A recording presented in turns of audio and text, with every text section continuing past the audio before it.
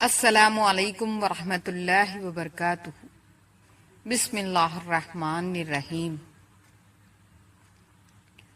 حضرت ابو الحسن علی ازہری رحمۃ اللہ تعالی علیہ بیمار ہوئے تو حضور غوث پاک رحمۃ اللہ تعالی علیہ ان کی عیادت کے لیے تشریف لے گئے۔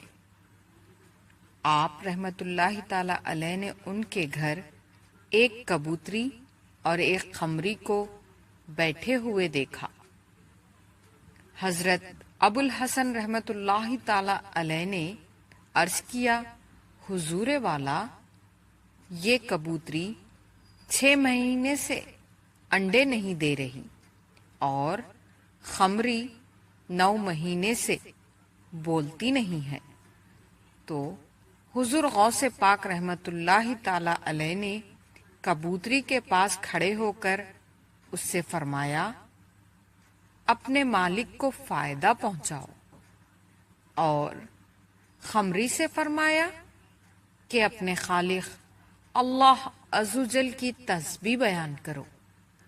تو قمری نے اسی دن سے بولنا شروع کر دیا اور کبوتری عمر بھر انڈے دینے لگی۔ جزاک اللہ۔